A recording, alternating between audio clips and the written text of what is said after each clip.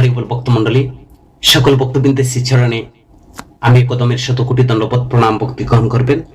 আজকে আমরা আস্বাদন করব শ্রীমদ্ ভগবদ গীতায় পরমেশ্বর ভগবান শ্রীকৃষ্ণের ৬টি প্রতিশ্রুতি সম্পর্কে।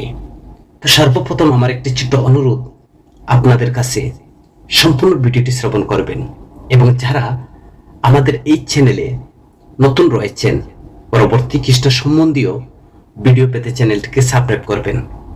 আর যারা সাবস্ক্রাইব করেছেন আপনাদেরকে অসংখ্য ধন্যবাদ এবং কৃতজ্ঞতা। হরে কৃষ্ণ ভক্তমণ্ডলী, পরমেশ্বর ভগবান শ্রীকৃষ্ণের গুরুত্বপূর্ণ ৬টি প্রতিশ্রুতি শ্রবণ করুন। শ্রীমদ্ ভগবদ গীতায় পরমেশ্বর ভগবান শ্রীকৃষ্ণের শিক্ষা ব্রহ্মবিদ্যা এবং যুগশাস্ত্রের পরিধি ছাড়িয়ে যায় এবং তার পুত্রদের প্রতি একজন স্নেহশীল পিতার তীব্র অনুভূতি প্রকাশ করে। পরমপিতা হিসেবে ভগবান শ্রীকৃষ্ণ প্রতিশ্রুতি দেন যে তিনি তার আত্মসমর্পণকারী সন্তানদের কখনো পরিত্যাগ করবেন না এবং ব্যক্তিগতভাবে তাদের যত্ন নেবেন, এবং একই সাথে তিনি নির্দেশ করেন যে সন্তানরা কখনো তার হাত ত্যাগ করবেন না। শ্রীমদ্ ভগবদ গীতার নবম অধ্যায়ের ২২ নং শ্লোকে প্রথম প্রতিশ্রুতি দেন ভগবান শ্রীকৃষ্ণ, তোমার যা অভাব তা আমি বহন করব। অনন্য চিন্তায়ন্ত মাম যে জনা পর্য উপাস্যতে তেষাম নিত্য অভিযুক্ত নাম যোগক্ষেমম বহামি অহম। কিন্তু যারা ভক্তি সহকারে আমার উপাসনা করে, আমার দিব্যরূপের ধ্যান করে, আমি তাদের যা অভাব তা বহন করি এবং যা তাদের আছে তাও আমি সংরক্ষণ করি। এমন কিছু লোক আছেন যারা সর্বদা ভগবানের কথা চিন্তা করেন এবং ভগবান বলছেন আমার কথা যারা চিন্তা করে এবং আমার প্রতি একান্ত ভক্তিতে নিযুক্ত থাকেন, যাদের মন সর্বদা আমার মধ্যে নিমগ্ন থাকে, আমি তাদের যা অভাব তা পূরণ করি এবং তাদের যা ইতিমধ্যে আছে তাও আমি সংরক্ষণ করি। যেমন একজন মা কখনো তার নবজাতক অসহায় সন্তানকে ত্যাগ করার কথা ভাবেন না, যে সন্তান সম্পূর্ণরূপে তার উপর নির্ভরশীল। আত্মার পরম অচিরন্তন মা হলেন পরমেশ্বর ভগবান। আর এই শ্লোকে পরমেশ্বর ভগবান সেই আত্মাদের মাতৃসুলভ আশ্বাস প্রদান করেন যারা তার কাছে একান্তভাবে আত্মসমর্পণ করেন। ব্যবহৃত শব্দগুলো হলো যে বহামি অহম, যে আমি তাদের ভার বহন করি, যার অর্থ আমি ব্যক্তিগতভাবে ভগবান বলছেন আমার ভক্তদের প্রতিপালনের ভার বহন করি। ঠিক যেমন একজন বিবাহিত পুরুষ তার স্ত্রী এবং সন্তানদের প্রতিপালনের ভার বহন করে, তো পরমেশ্বর ভগবান শ্রীকৃষ্ণ এখানে দুটি জিনিসের প্রতিশ্রুতি দেন। প্রথমটি হলো যুগ, তিনি তার ভক্তদের সেই আধ্যাত্মিক সম্পদ প্রদান করেন যা তাদের নেই। আর দ্বিতীয়টি হলো ক্ষেম, তিনি তার ভক্তদের ইতিমধ্যে যে আধ্যাত্মিক সম্পদ তার রয়েছে তা তিনি রক্ষা করেন। তো যাই হোক, এর জন্য তিনি যে শর্ত রেখেছেন তা হলো একান্ত আত্মসমর্পণ। মা এবং সন্তানের একই উপমার মাধ্যমে এটি আবার বোঝা যায়, একটি নবজাতক শিশু তার মায়ের উপর সম্পূর্ণরূপে নির্ভরশীল। যিনি শিশুর সুস্থতা সম্পূর্ণভাবে তিনি যত্ন নেন। তো যখন তার কোনো প্রয়োজন হয় তখন শিশুটি কি করে, সে কাঁদে, মা তাকে পরিষ্কার করেন, খাওয়ান, স্নান করান ইত্যাদি। কিন্তু যখন শিশুটি ৫ বছরের শিশু হয়ে ওঠে তখন সে নিজের জন্য কিছু কাজ শুরু করে এবং সেই পরিমাণে মা তার দায়িত্ব কমিয়ে দেন। এবং যখন একই শিশুটি যুবক হয়ে ওঠে, সমস্ত দায়িত্ব গ্রহণ করে, তখন মা তার দায়িত্ব আর ছেড়ে দেন। এখন যদি বাবা বাড়িতে এসে জিজ্ঞাসা করে আমাদের ছেলে কোথায়, মা উত্তর দেয় সে স্কুলে পড়ে বা বাড়ি ফিরে আসেনি, সে নিশ্চয়ই তার বন্ধু বান্ধবের সাথে সিনেমা দেখতে গিয়েছে বা কোথায় বেড়াতে গিয়েছে। তার মনোভাব এখন তার প্রতি আরো নিরপেক্ষ। কিন্তু যখন একই ছেলেটি ৫ বছর ছিল এবং স্কুল থেকে বাড়ি ফিরতে ১০ মিনিট দেরি করে, তখন মা বাবা উভয় চিন্তিত বা তারা চিন্তা শুরু করে কি হয়েছে, ছেলেটা এখনো আসছে না, সে একটা ছোট শিশু বিদায়। তো আশা করি তার কোনো দুর্ঘটনা ঘটেনি, আসুন আমরা স্কুলের ফোন করে জেনে নিই। তখন পিতামাতা এইভাবে তাদের ছেলেদের খোঁজ নেন। তো এইভাবে ছেলেটি যত বেশি দায়িত্ব নিতে থাকে, তার মা তত বেশি দায়িত্ব ত্যাগ করতে থাকে। তো ভগবানের আইন ঠিক একই রকম, যখন আমরা আমাদের স্বাধীন ইচ্ছা শক্তি থেকে কাজ করি, এই ভেবে যে আমরা আমাদের কর্মের কর্তা এবং আমাদের নিজস্ব দক্ষতা এবং ক্ষমতার উপর নির্ভর করি, তখন ভগবান তার করুণা প্রদান করেন না। তিনি কেবল আমাদের কর্মের ফল নোট করেন এবং ফল দেন। যখন আমরা আংশিকভাবে তার কাছে আত্মসমর্পণ করি এবং আংশিকভাবে বস্তুগত গ্রাহ্যের উপর নির্ভর করি, তখন ভগবান আংশিকভাবে আমাদের উপর তার করুণা প্রদান করেন। এবং যখন আমরা নিজেকে তার কাছে একচেটিয়াভাবে উৎসর্গ করি, মামেকং শরণং ব্রজ, তখন ভগবান তার সম্পূর্ণরূপে তিনি করুণা প্রদান করেন এবং আমাদের যা আছে তা তিনি রক্ষা করেন, আমাদের যা অভাব তা তিনি প্রদান করেন। একমাত্র পূর্ণ দায়িত্ব তখনই করেন যখন আমরা ভগবানের কাছে আত্মসমর্পণ করব। ভগবান তিনি প্রতিশ্রুতি দিয়েছেন, আমি তোমার সম্পদ সংরক্ষণ করব এবং আমি তোমার অভাব পূরণ করে দেব। দ্বিতীয় যে প্রতিশ্রুতি ভগবান শ্রীকৃষ্ণ দিয়েছেন শ্রীমদ্ ভগবদ গীতার 8শ অধ্যায়ের 58 নং শ্লোকে, সকল বাধাকে অতিক্রম করতে পারবে। তিনি প্রতিশ্রুতি দিচ্ছেন খারা সকল বাধাকে অতিক্রম করতে পারবে। তিনি বলছেন, মচ্চিত্ত সর্ব দুর্ঘানি মত প্রসাদাত তরিয়ে শেষে অতচেত সয়াশ্রী বিনম্ক্রেশী। যদি তুমি আমার প্রতি সচেতন হও, তাহলে আমার কৃপায় তুমি শর্তাধীন জীবনের সমস্ত বাধা অতিক্রম করবে। তবে যদি তুমি এই চেতনায় কাজ না করে মিথ্যা অহংকার দ্বারা কাজ করো, আমার কথা না শুনো, তাহলে তুমি হারিয়ে যাবে। যদি তুমি সর্বদা আমাকে স্মরণ করো, তাহলে আমার কৃপায় তুমি সকল বাধা অসুবিধা অতিক্রম করতে পারবে। কিন্তু যদি অহংকারের কারণে তুমি আমার উপদেশ না শুনো, তাহলে তুমি ধ্বংস হবে। তো এর পূর্ববর্তী শ্লোকে অর্জুনকে কি করতে হবে তা উপদেশ দেওয়ার পর ভগবান শ্রীকৃষ্ণ এখন তার উপদেশ অনুসরণের উপকারিতা এবং তা না মানলে কি পরিণতি হতে পারে তা তিনি বর্ণনা করছেন। আর তার মনে করা উচিত নয় যে সে কোনোভাবেই ভগবান থেকে স্বাধীন। যদি আমরা তার উপর মন স্থির করে ভগবানের পূর্ণ আশ্রয় গ্রহণ করি, তাহলে তার কৃপায় সমস্ত বাধা অসুবিধার সমাধান হবে। কিন্তু যদি অহংকার বশত আমরা নির্দেশাবলী উপেক্ষা করি, এই ভেবে যে আমরা ভগবানের শাশ্বত জ্ঞান এবং শাস্ত্রের চেয়ে আরো ভালো জানি, তাহলে আমরা মানব জীবনের লক্ষ্য অর্জনে ব্যর্থ হব। কারণ ভগবানের চেয়ে শ্রেষ্ঠ আর কেউ নেই এবং তার চেয়ে ভালো আর কোনো উপদেশ নেই। তো তৃতীয় প্রতিশ্রুতি ভগবান দিচ্ছেন নবম অধ্যায়ের 31 নং শ্লোকে। তিনি বলছেন, আমার ভক্তর কখনো বিনষ্ট হবে না। কৃপাম ভবতি ধর্ম আত্মা সশব্দ শান্তি নিগচ্ছতি কুন্তে প্রীতি জানেহি নৌমে পোক্ত প্রণশ্যতি। সে দ্রুত ধার্মিক হয়ে ওঠে এবং স্থায়ী শান্তি লাভ করে। হে কুন্তির পুত্র, সাহসের সাথে ঘোষণা করো যে আমার ভক্তের কখনো বিনষ্ট হয় না। তারা দ্রুত সদাচারী হয়ে ওঠে এবং স্থায়ীভাবে তারা শান্তি লাভ করে।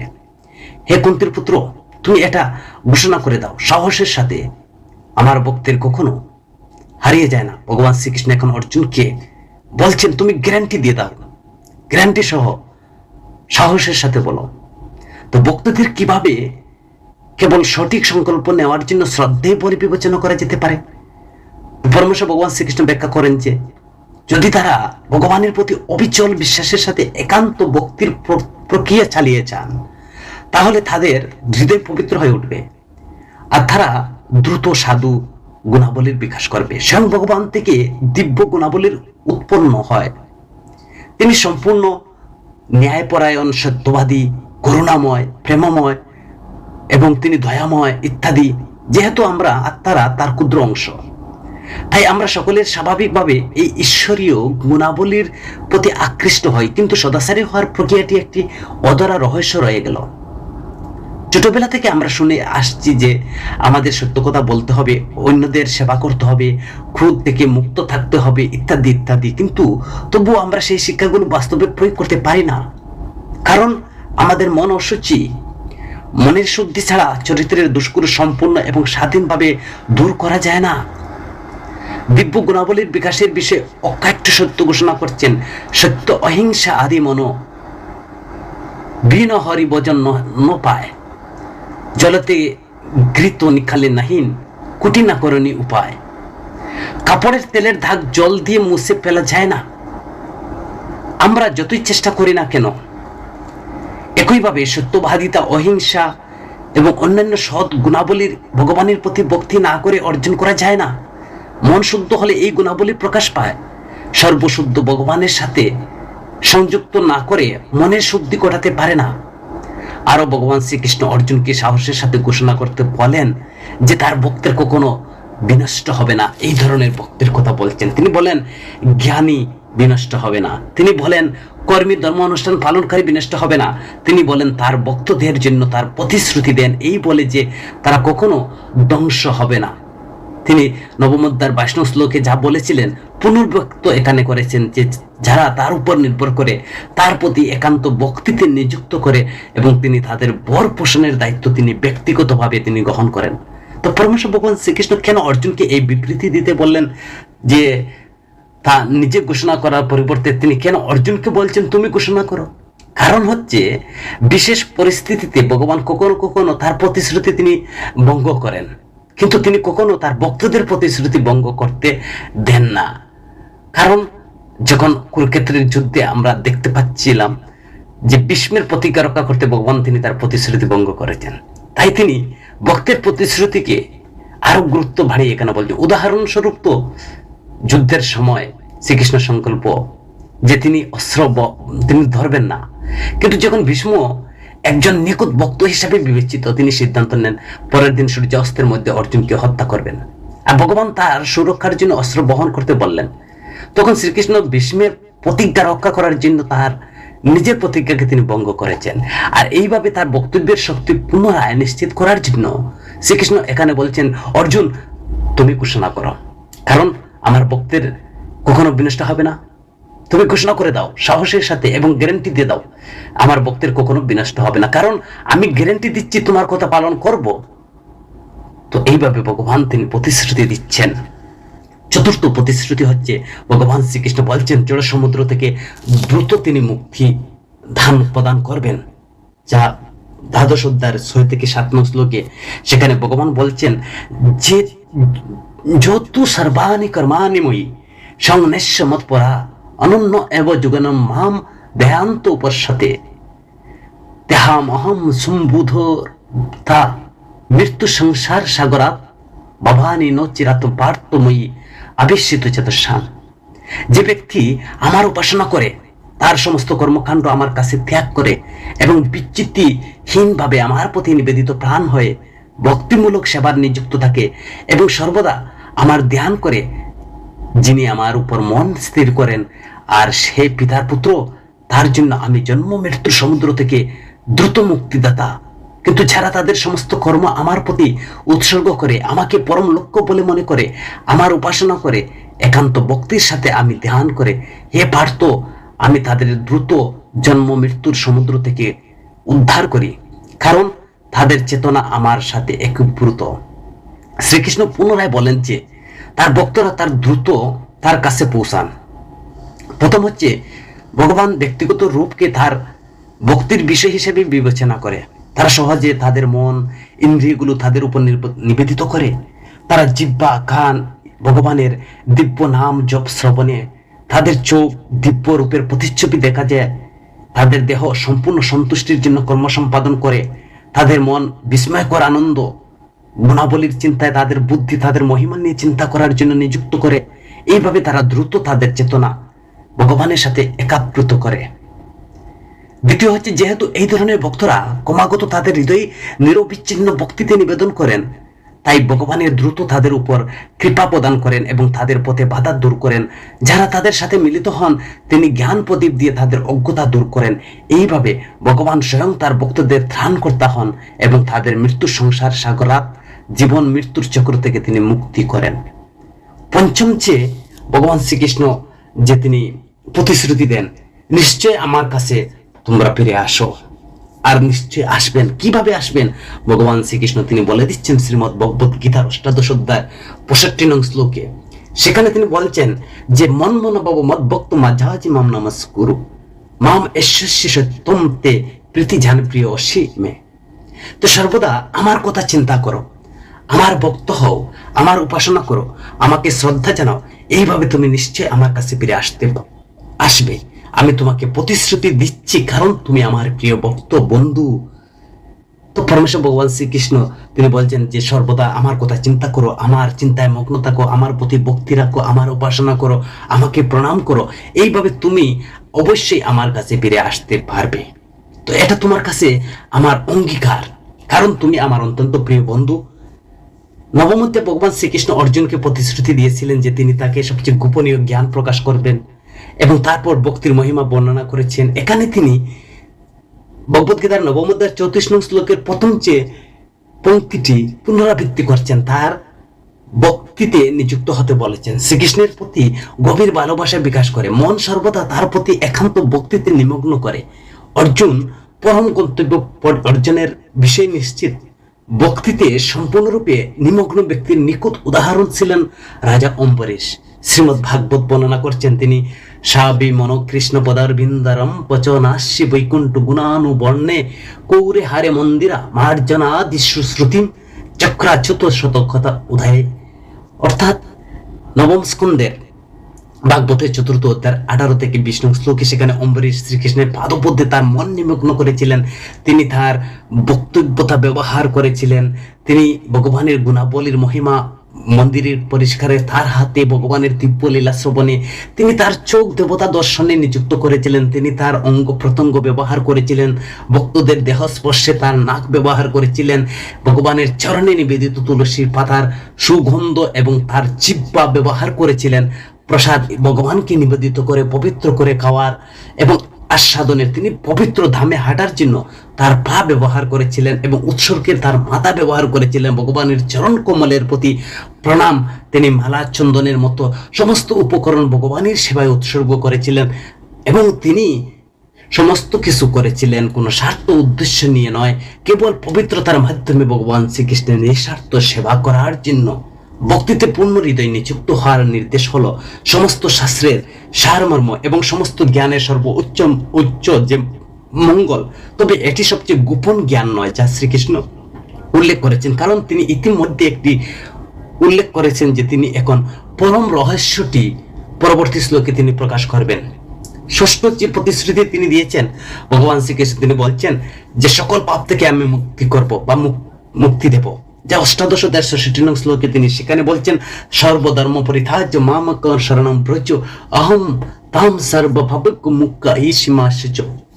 সকল প্রকার ধর্ম ত্যাগ করো এবং কেবল আমার কাছে আত্মসমর্পণ করো, আমি তোমাকে সমস্ত পাপ কর্ম প্রতিক্রিয়া থেকে মুক্তি দেব, ভয় কখনো পেও না। ভগবান শ্রীকৃষ্ণ অষ্টাদশ অধ্যায় 66 নং শ্লোকে সেখানে বলছেন, সকল প্রকার ধর্ম ত্যাগ করো, কেবল আমার কাছে আত্মসমর্পণ করো, আমার কাছে সারেন্ডার করো, আমি তোমাকে সকল পাপ পুণ্য থেকে প্রতিরক্ষা থেকে মুক্ত করব, ভয় করো না। শ্রীকৃষ্ণ সর্বদা অর্জুনকে একই সাথে দুটি কাজ করতে বলছেন, যে দুটি কাজ করো, তার মনকে ভক্তিতে নিযুক্ত করো এবং তার শরীরকে একজন যোদ্ধা হিসাবে তার বড় জড় কর্তব্য পালনে নিযুক্ত করো। তিনি এইভাবে চেয়েছেন যে অর্জুন তার ক্ষত্রিয় ধর্ম ত্যাগ না করে, বরং তার সাথে ভক্তি করুক। কর্মযুগের নীতি শ্রীকৃষ্ণ এই শিক্ষার বিপরীতে বলতেন, যেখানে জড়ধর্ম পালন করার প্রয়োজন নেই, অর্জুন সমস্ত জড় কর্তব্য ত্যাগ করে কেবল ভগবানের কাছে আত্মসমর্পণ করতে পারে। এটি কর্ম সন্ন্যাস নীতি। এখানে কেউ প্রশ্ন করতে পারেন যে আমরা যদি আমাদের সমস্ত কর্ম বা জড়ধর্ম ত্যাগ করি তবে কি আমরা পাপ করব না? শ্রীকৃষ্ণ অর্জুনকে ভয় না করতে বললেন, তিনি তাকে সমস্ত পাপ থেকে মুক্ত করবেন আর জড় অস্তিত্ব থেকে মুক্ত করবেন। তো শ্রীকৃষ্ণের এই নির্দেশে বোঝার জন্য আমাদের ধর্ম শব্দটি বুঝতে হবে। এটি দ্বি শব্দের মূল থেকে এসেছে, যার অর্থ ধরণকরণের যুগ, দায়িত্ব, কর্তব্য, চিন্তা ভাবনা, আমাদের জন্য উপযুক্ত কর্ম। আর আসলে দুই ধরনের ধর্ম আছে, বস্তুগত ধর্ম, আধ্যাত্মিক ধর্ম। তো দুই ধরনের ধর্মই আত্মার দুটি ভিন্ন ধারণার উপর ভিত্তি করে। যখন আমরা নিজেদের দেহ হিসাবে চিহ্নিত করি তখন আমাদের ধর্ম আমাদের শারীরিক উপাধি, বাধ্যবাধকতা, কর্তব্য এবং নিয়ম অনুসারে নির্ধারিত হয়।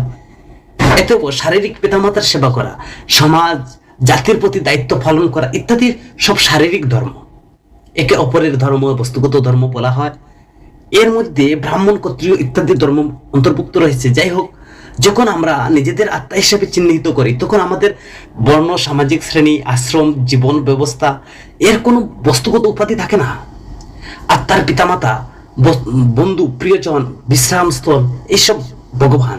অথবা আমাদের যে একমাত্র ধর্ম, ঈশ্বরের প্রতি প্রেমময় ভক্তিমূলক সেবা পরিণত হয়, একে পরম ধর্ম এবং আধ্যাত্মিক ধর্ম বলা হয়। যদি কেউ জড় ধর্ম ত্যাগ করে কর্তব্যের অবহেলার কারণে তা পাপ বলে বিবেচিত হয়, কিন্তু যদি কেউ জড় ধর্ম ত্যাগ করে আধ্যাত্মিক ধর্মের আশ্রয় নেয় তবে তা পাপ নয়। শ্রীমদ ভাগবতে বর্ণনা করছেন একাদশ স্কন্ধের ৫ম অধ্যায়ের ৪১ নং শ্লোকে, যে সেখানে ব্যাখ্যা করছেন যারা ভগবানের কাছে আত্মসমর্পণ করে না তাদের জন্য 5টি ঋণ রয়েছে। স্বর্গীয় দেবতাদের প্রতি ঋণ, ঋষিদের প্রতি ঋণ, পূর্বপুরুষদের প্রতি ঋণ, অন্যান্য মানুষের প্রতি এবং অন্যান্য জীবের প্রতি। তো বর্ণাশ্রম ব্যবস্থায় এই 5 ধরনের ঋণ থেকে মুক্তি পাওয়ার বিভিন্ন পদ্ধতি অন্তর্ভুক্ত রয়েছে। তবে যখন আমরা ভগবানের কাছে আত্মসমর্পণ করি তখন আমরা স্বয়ংক্রিয়ভাবে এই সমস্ত ঋণ থেকে মুক্তি পাই। ঠিক যেমন গাছের শিকড়ে জল দেওয়ার মাধ্যমে সমস্ত শাখা প্রশাখা, ডাল পাল বা পাতা, সব ফুল স্বয়ংক্রিয়ভাবে জল পান, একইভাবে ভগবানের প্রতি আমাদের কর্তব্য পালন করার মাধ্যমে আমাদের স্বয়ংক্রিয়ভাবে সকলের প্রতি আমাদের কর্তব্য পালন করি। যদি আমরা সঠিকভাবে আধ্যাত্মিক ধর্মের অবস্থিত থাকি তবে জড় ধর্ম ত্যাগ করার মধ্যে কোনো পাপ নেই। প্রকৃতপক্ষে চূড়ান্ত লক্ষ্য হলো সম্পূর্ণরূপে সর্বান্তকরণে আধ্যাত্মিক ধর্মে নিযুক্ত হওয়া। শ্রীমদ ভাগবত বলছেন যে আজ্ঞাই ভং গুণান দোষান মায়া দৃষ্টান অপি শকান ধর্মীয় সন্তেশ্চ যো সর্বং মাং ভজতে সতু সত্যম। একাদশ স্কন্ধে আমি বেদের শারীরিক ধর্ম পালনের বিষয়ে অসংখ্য নির্দেশনা দিয়েছি, কিন্তু যারা এই ধর্মের ত্রুটিগুলো উপলব্ধি করে সমস্ত নির্ধারিত কর্তব্য ত্যাগ করে কেবল আমার ভক্তিমূলক সেবায় নিযুক্ত হন, আমি তাদের সেরা সাধক বলে মনে করি। রামায়ণ আমরা পড়ি, কিন্তু কিভাবে লক্ষণ সমস্ত জাগতিক কর্তব্যকে তিনি ত্যাগ করেছিলেন।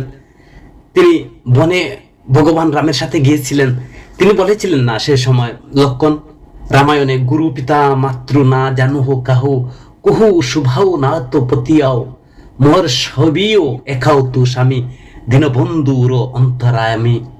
হে প্রভু, দয়া করে বিশ্বাস করুন, আমি কোন শিক্ষক, পিতা মাতা ইত্যাদি চিনি না। আমার মতে আপনি পতিতদের ত্রাণ কর্তা, হৃদয়ের জ্ঞানী আমার প্রভু, আমার সবকিছু। একইভাবে প্রহ্লাদ তিনি বলেছেন আমি কোনো পিতা মাতা আত্মীয় জানি না হে প্রভু। তো শ্রীমদ ভগবত গীতায় ভগবান শ্রীকৃষ্ণ অর্জুনকে এর ধারাবাহিকতার উচ্চতর নির্দেশ দিয়েছিলেন। প্রাথমিকভাবে তিনি অর্জুনকে কর্ম করার নির্দেশ দিয়েছিলেন, অর্থাৎ যুদ্ধ হিসাবে তার জড়ধর্ম। কিন্তু জড়ধর্ম ভগবান উপলব্ধির দিকে পরিচালিত করে না, এটা স্বর্গীয় ধামের দিকে পরিচালিত করে। পুণ্যের অবসান ঘটলে একজনকে ফিরে আসতে হয়। এতে ভগবান শ্রীকৃষ্ণের এরপর অর্জুনকে কর্মযোগ করতে নির্দেশ দেন, অর্থাৎ দেহের সাথে তার জড় ধর্ম এবং মনের যে আধ্যাত্মিক ধর্ম, তিনি অর্জুনকে শরীরের সাথে যুদ্ধ করতে, মন দিয়ে ভগবানকে স্মরণ করতে, যা ভগবদ গীতার ৮ম অধ্যায়ের ৭ নং শ্লোকে বলছেন। কর্মযোগের নির্দেশ ভগবদ গীতার প্রধান অংশ।